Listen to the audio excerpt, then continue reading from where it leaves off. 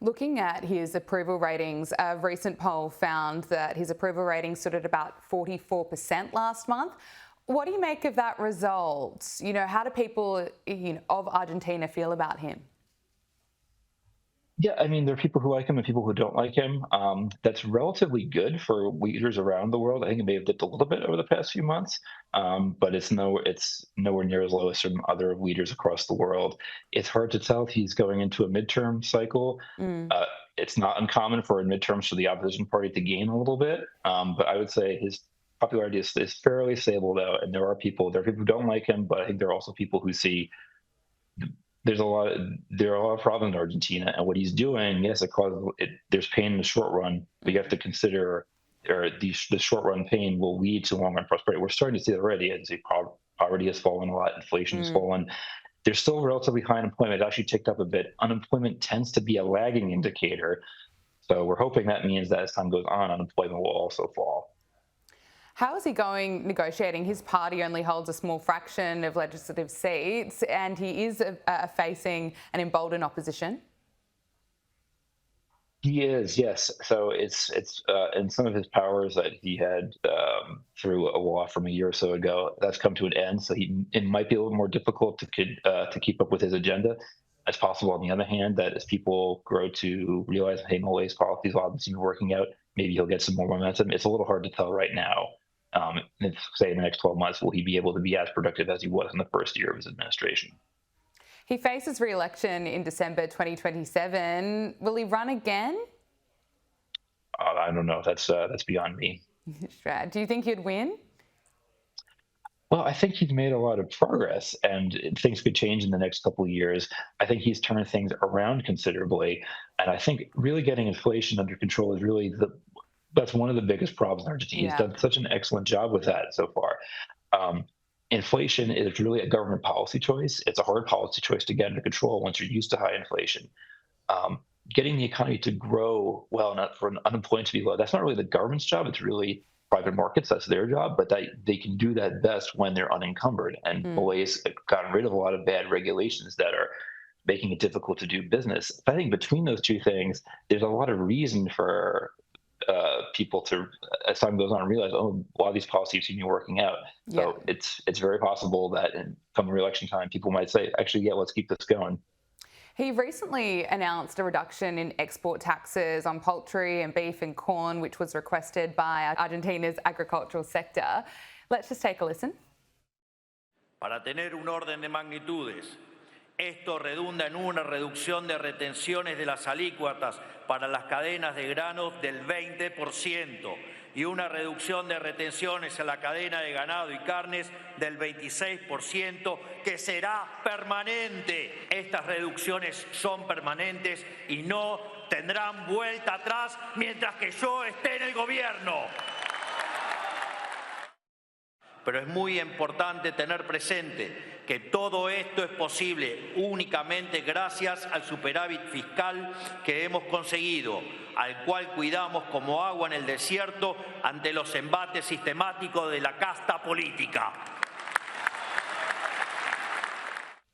So he says this results in a 20% reduction in export tax rates for grain supply chains and a 26% reduction in export taxes for livestock and meat supply chains. And of course, he says, long live freedom, long live freedom. But what difference will this make? It should be a boon to the agriculture industry in Argentina. Agricultural products are big exports from Argentina. And like pointed out, he's only able to do this because of the fiscal surplus that his government has been running. Because they've embraced fiscal conservatism, fiscal rectitude, they have more room to cut taxes in other areas. And this is an example of a tax that wasn't so good for the economy. It was a tax that favored government. The government liked it, brought in revenue, but agricultural exporters didn't like that. So, and again, I think this is the kind of tax cut that would be very good for the Argentine economy, make it more competitive internationally. Mm.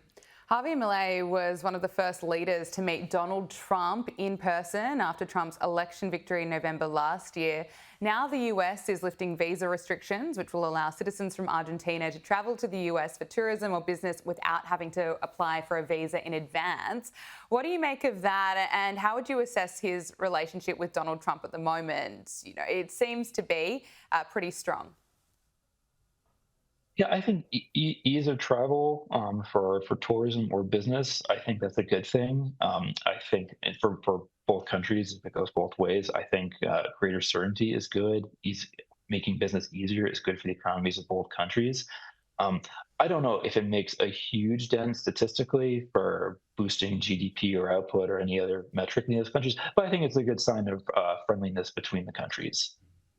And I think Javier Milei and Donald Trump they're both outsiders who are shaking things up in their respective countries. Absolutely, they are. But it's interesting, Milei has had, I suppose, an effect on some world leaders. Conservative Kemi Badenoch says that she wants to be Britain's Javier Milei. Let's take a look. You told the national newspaper this week that your model for economic success is the Argentine leader Javier Milei, who famously said he'd take a chainsaw to public spending, then cut it by 30% inside a year. Have you got a chainsaw? We need to live within our means, Trevor. We've been having a long debate about welfare. I know that. Are you going to bring out your chainsaw? No, I wouldn't literally use a chainsaw. But it was a very, very visual story that he told about making sure that Argentina lived within its means. We're a different country. We have a different setup. But we need to start thinking about the next generation. We are borrowing our children's money to pay for today, to pay for welfare. We're paying £100 billion on debt interest. That's just not fair. OK, it's very disappointing. I like a leader who knows power tools. You like to get a chainsaw? I like power tools. As you say, Milei, Donald Trump, they are outsiders shaking things up. But do you think we are going to see more world leaders, I suppose, admire Milei and the results that he's been able to show for what he's done to Argentina, and then take a similar approach? Well, it's interesting because a lot of the problems that have built up over the years and decades, even in Argentina, we see similar problems manifesting in wealthier, more developed countries, Britain, the United States, even other wealthy, advanced economies, the G7 economies in particular. All of these countries, they've been running up huge debt to GDP.